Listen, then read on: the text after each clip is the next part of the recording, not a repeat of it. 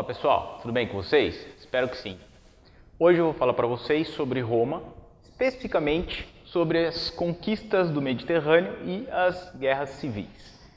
Então vamos lá.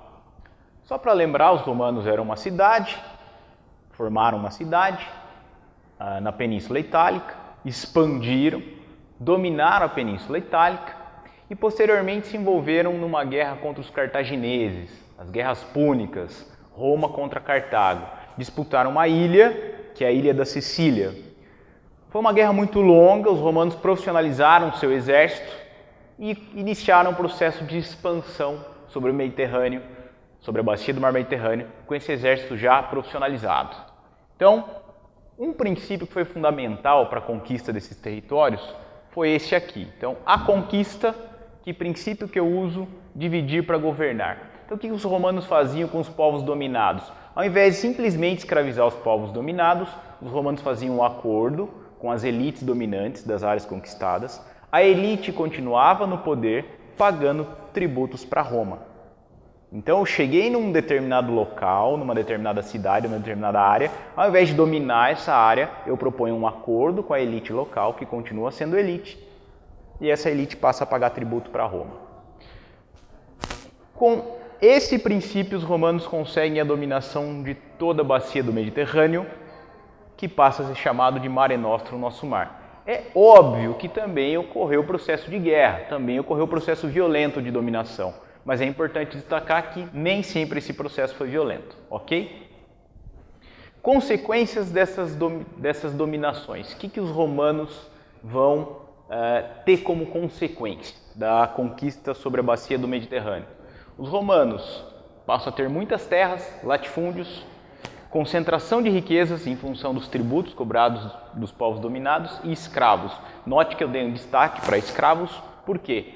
Porque Roma passa a ser a maior sociedade escravista da história, consolida-se aqui o chamado modo de produção escravista. A quantidade de escravos era imensa em Roma, então trabalho braçal passa a ser uma coisa feita somente por escravo na sociedade romana.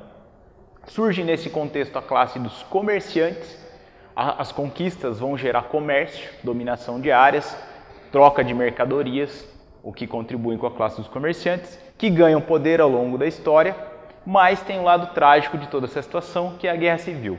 Por que explode uma guerra civil? Escravo foge, comerciante quer chegar ao poder, poder político, que era dominado pelos patrícios. Então tem patrícios no poder, Senado, dominando o Senado, e os comerciantes, chamados de homens novos, porque a classe que surgiu, querendo chegar ao poder. Toda essa situação de concentração de riqueza, grande número de escravos e homens novos querendo chegar ao poder, leva a uma guerra civil.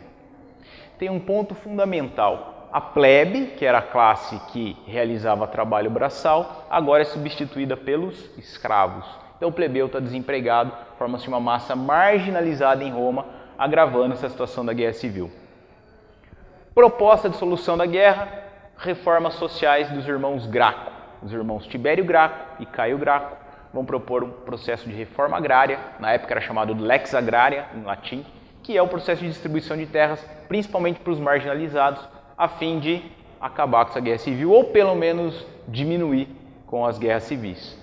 O Senado, que era proprietário das terras, os patrícios que vão para o Senado, obviamente vão vetar a reforma agrária, esse processo não vai ser aprovado e a guerra civil continua em Roma, ok? Eu vou ficando por aqui, um grande abraço para vocês, espero que vocês tenham contribuído aí, ou entendido, melhor dizendo, com as informações básicas aí sobre a conquista do Mediterrâneo.